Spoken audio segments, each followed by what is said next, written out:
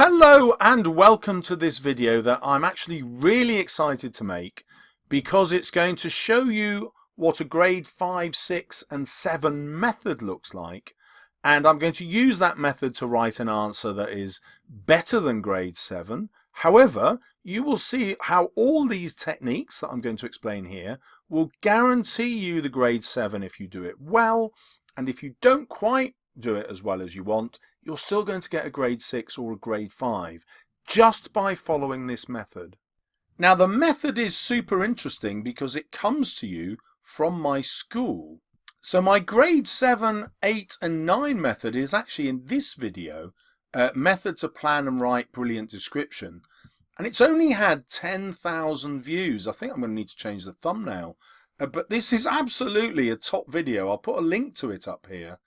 But it does depend on you being a really good writer already. So I trained my school in this technique last year, and they said, well, Mr. Salles, we haven't got that many students who are coming in on the top ability range. So actually, we're going to adapt what you've done to make it much more useful to our students who are much more likely to aim for grades 5, 6 and 7. And this is what they've done. So they've said, right, your first step is to write about the weather and memorize that description as I've shown you in my previous videos. Again, I will link those videos here in case you haven't seen them. So you can memorize it and adapt it to any exam question. Then you're going to do some simple things. You're going to zoom out, so get some perspective that's far out from the photograph. Then zoom in on 3 details in the photograph, and then zoom out again. And the easiest way to do that is to create a contrast with the weather, although you can put contrast in any of these, and I'll show you how. And then the final bit of advice they took for me and ran with was they trained all their students to write their answer to question 5 first. And that's because across the country, students run out of energy or time by the time they get to the description question and do it reasonably badly, or don't even, about 10% of students don't even answer it at all. And that's just chucking marks away. Whereas, because it's 50% of the marks, if you do that question first, you're going to get a lot higher grade. Now, you don't have to do that, but I do what gibberish is that? I do strongly recommend that you follow this method, and I do strongly recommend you do the description first, but only if that makes you feel comfortable. Don't take any risks. Right, in my planning stage, I'm only going to notice just a few things. I'm not going to get obsessed with too much that's in the image. So I noticed the old man, I noticed his hat, his bag and the umbrella. Obviously I noticed the pigeons and I noticed the flag. Now there are all sorts of other things I could choose to notice, but I'm not too worried because remember there were only 3 zoom ins. Well, the pigeons are one, the umbrella's another, the bag is another, the man's hat is another, the flag is another. That's 5 zoom ins and I've only really got room for 3. So I don't have to panic about writing lots of notes about my picture. You will also remember that other vital part of my planning where I've already memorized my opening 2 paragraphs, which I will adapt to any question. So I'll put the link to previous videos so you can see how this was done. And the bold is simply what I've added to the paragraphs that I'd memorized. So I know I'm coming into the exam, I'm going to use these 2 paragraphs no matter what, and they're going to bank me a massive grade for the first quarter of my writing. The sun dripped warmth like hot wax, both soothing and smarting the early shoppers striding out below. The land glowed with light, the heat so strong it dazzled. The horizon rippled like a bronze shield, beaten by a hammer, as though some Greek god had been reborn, to hurl shafts of glorious light on the grateful commuters below, strolling the cobbled streets on the way to work. The sky showed off its artist's trickery, cobalt blue depths, azure outlines to the few white clouds, a sapphire halo around the sun. Beneath, A watcher might shut their eyes and listen to the pigeons, their cooing stretched out in lazy ripples as they fed for scraps on pavements, indifferent to the perfect sky. So as you know, this I've already planned in advance. Now I'm going to do a zoom out. Yep, the first thing I wrote about was the weather. Zoom out has to come next. So in this paragraph, I'm not going to focus on the man. I'm going to zoom out by starting in this way, beneath the something sky. And students in my school have been taught that as a phrase to start that next paragraph because it always builds contrast and you've always described the sky in the paragraph before. So beneath the golden sky sat an old man, the pigeons surrounding him a daily ritual. His bag perched at his side, ready to spill 100 seeds to his feathered companions. How soft their feathers looked. Sometimes they let him stroke them, staring up at him with their red, evil eyes. Yes, he saw these little dinosaurs for what they were, tamed killers with beaks as sharp as nails. But he loved them. They needed him. That was rare these days. So I'm focusing in, but first I'm focusing out. I start with the sky and then I bring a zoom in using the things that I find in the image. I try to end the paragraph with short sentences. That's a neat little trick which I'll repeat in the ending paragraph to give a sense of structure to my writing.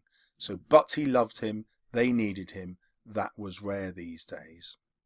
And the other thing I'm trying to do is always think in contrasts. So I've got this image of the soft feathers of these birds, and then I'm contrasting that with their red, evil eyes. I'm looking at them as tame, but also I know that birds have evolved from dinosaurs, and that's a contrast for me. I know that their beaks are sharp, but I'm going to introduce a contrast by having this old man love them. Now, the method that my school teaches is not that you have to use contrast in all your paragraphs. That's a grade 7 and above skill, and instead they teach you to include contrast in your final paragraph. I'll show you how to do that. So it's a must in the final paragraph, no question, but if you're good, you'll be able to remember to use it in your other paragraphs too. Right, my next paragraph is another zoom in. That's what the method says, so that's what I'm going to do. This time I'm going to focus in on those details I talked about. So I'll have the umbrella, the cobbled streets, the flat cap, and obviously the birds again. So just things I can see in the image. Now my paragraph is going to be a grade 9 one to help you, but you don't need it to be a grade 9 paragraph. You just need to be able to focus on those details which I've just pointed out. The other thing I'm going to teach you is to use a colon, because that's an easy way to get the punctuation marks. And then finally I'm going to write it with a bit of an extended metaphor. That again is a grade 8 and 9 technique which you can steal if you understand it, but if you don't understand it, it doesn't matter. You're just going to do the techniques that I specifically tell you to do. And the final one I'll tell you to do is a sentence pattern that my school teaches, where you have no followed by just. So our students are taught that they must have a sentence or 3 sentences that follow that structure, because it gives them sentence variety and it forces the examiner to give students a higher mark. And then again you will see those short sentences at the end of the paragraph. Let's see what it sounds like. He sat with his usual armour, an umbrella furled tightly like a lance, ready to joust a dragon should one venture up the cobbled streets. His helmet, stereotypically French, a flat cap, light to ward off the sun, as worn by the Tour de France riders for a century. No more cycling for him, snaking through mountain passes. No more ciders pressed into his hands by country barmaids welcoming a knight on 2 wheels. Just these birds, the feathered kinds. This one cooed as he stroked it, warm like youth. So I was able to structure this round a contrast, the old man and his memories of being a young man, how he used to love going cycling. Now that idea just came to me because I pictured this being in France. It probably isn't France. If I look closely at that flag, I'll probably find that it's German, but it doesn't matter. It's just what came into my head. The flat cap reminded me of France, and also what the cyclists wear in the Tour de France. Now, you don't have to know any of that stuff. I'm just trying to show you how I use whatever comes into my head. You know, I could have decided he was a French onion seller. I could have been completely stereotypical and that there were onions in the bag. And my contrast could have been how in his youth young women flocked to his market stall in order to buy his ripe onions. You know, whatever comes into your head. As long as it's a contrast, it's going to get you the grade. And then my other contrast, of course, is that he used to get the attention of women, and now he just gets the attention of these pigeons, birds. For those of you who get the extended metaphor, I've decided that the umbrella is like a lance, which gave me the idea of like a suit of medieval armour. Well, I didn't have a suit of armour, but I knew that if I've got a lance, what else could be like that suit? Oh, I know, I could give him a helmet because he's wearing a flat cap. So quite easy for me to pick on some details to make it feel like a suit of armour that a knight would wear, and then I've referred him to as a knight later on, with these barmaids fancying him when he was young and carefree and handsome. Okay, the method that the wonderful team I teach with has decided on next is another zoom in, another detail from the picture. So the detail I'm going to focus in on is his old skin, and I'm going to introduce you to 2 other techniques that my school explicitly teach.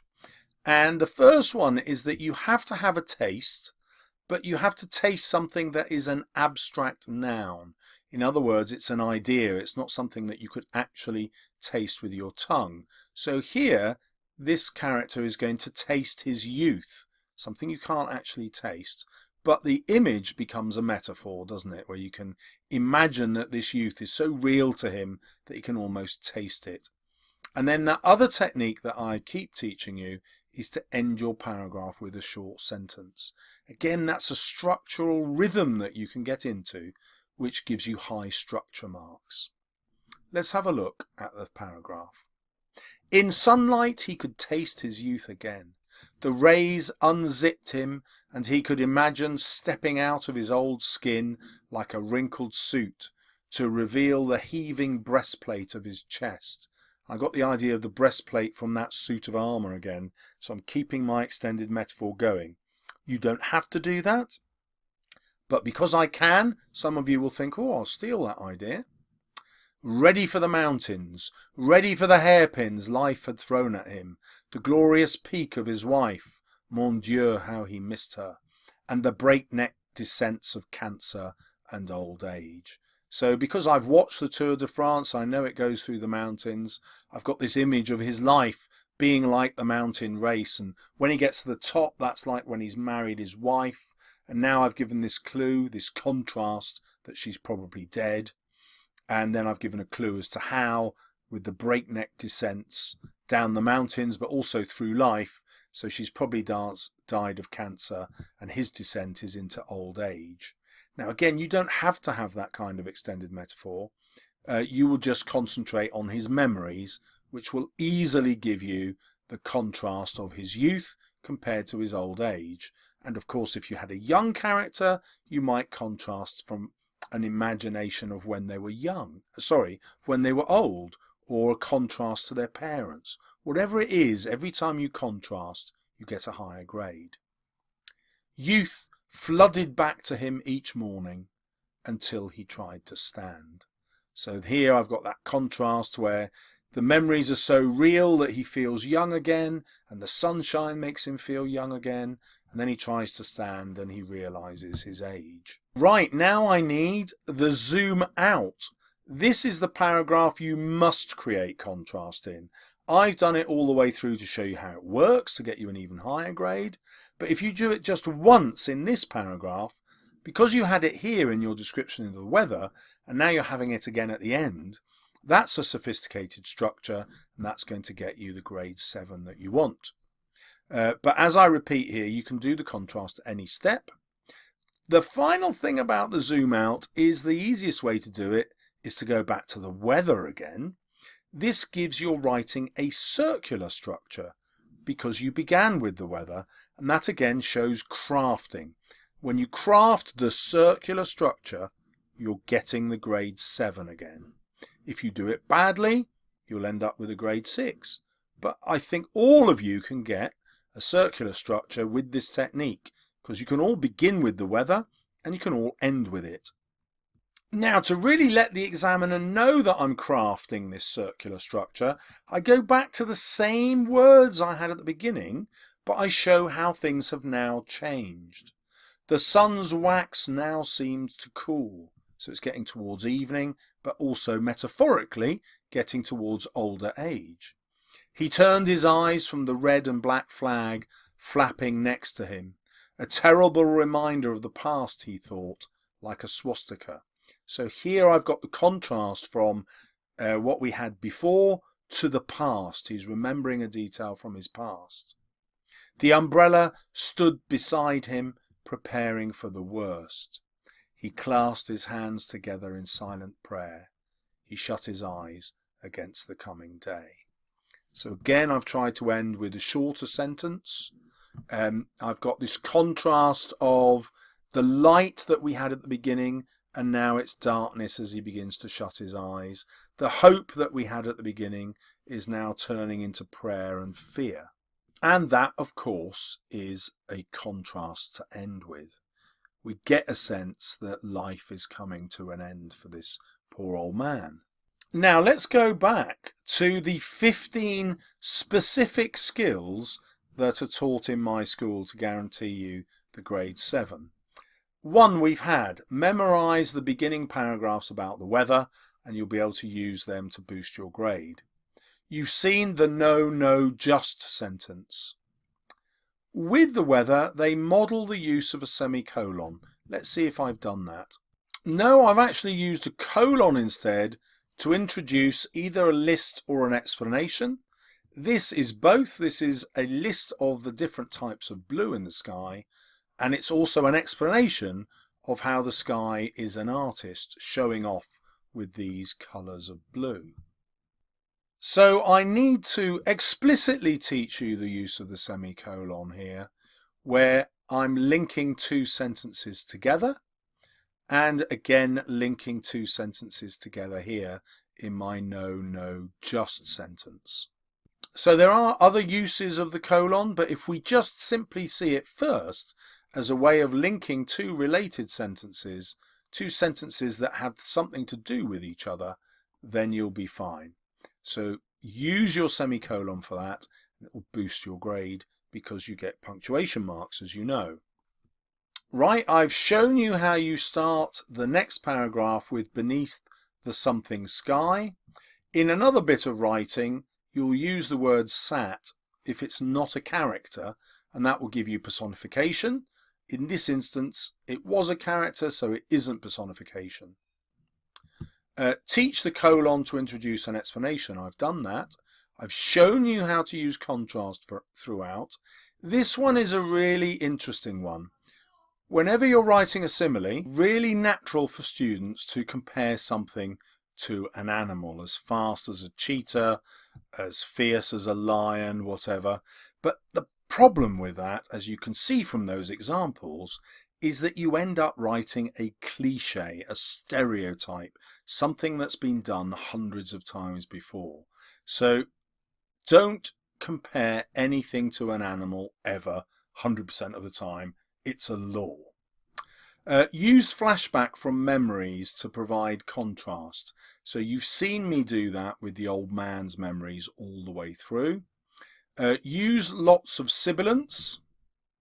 So if you've watched my videos on the 2 paragraphs to begin with about the weather, you will have seen the sibilants at work. It's even used in the extra bits that I've added: shoppers striding, strolling streets. Let's see if I've used it down here as well. No, not enough S's. But you can see how sibilants adds to your writing. If you can't see how it adds to your writing, it doesn't matter. Use it anyway. Have words that begin with S quite close together, because it just affects the mood of your writing in a positive way. It will make it either soothing or sinister, depending on your purpose, and it will get you higher marks. The other technique that they teach really explicitly is to substitute different words for colour. So for example, green might become lime, sage and emerald, but it wouldn't just become one of those. You would try to use all 3. I also did that in the paragraph that you were supposed to memorize about the weather, with the 3 alternatives to blue. So we had cobalt, azure and sapphire. I also showed you how you'd have the word taste followed by an abstract noun, which I hope you remember was something that wasn't real, that you could touch and feel. That was youth. Not something that you can actually taste. That makes it boring.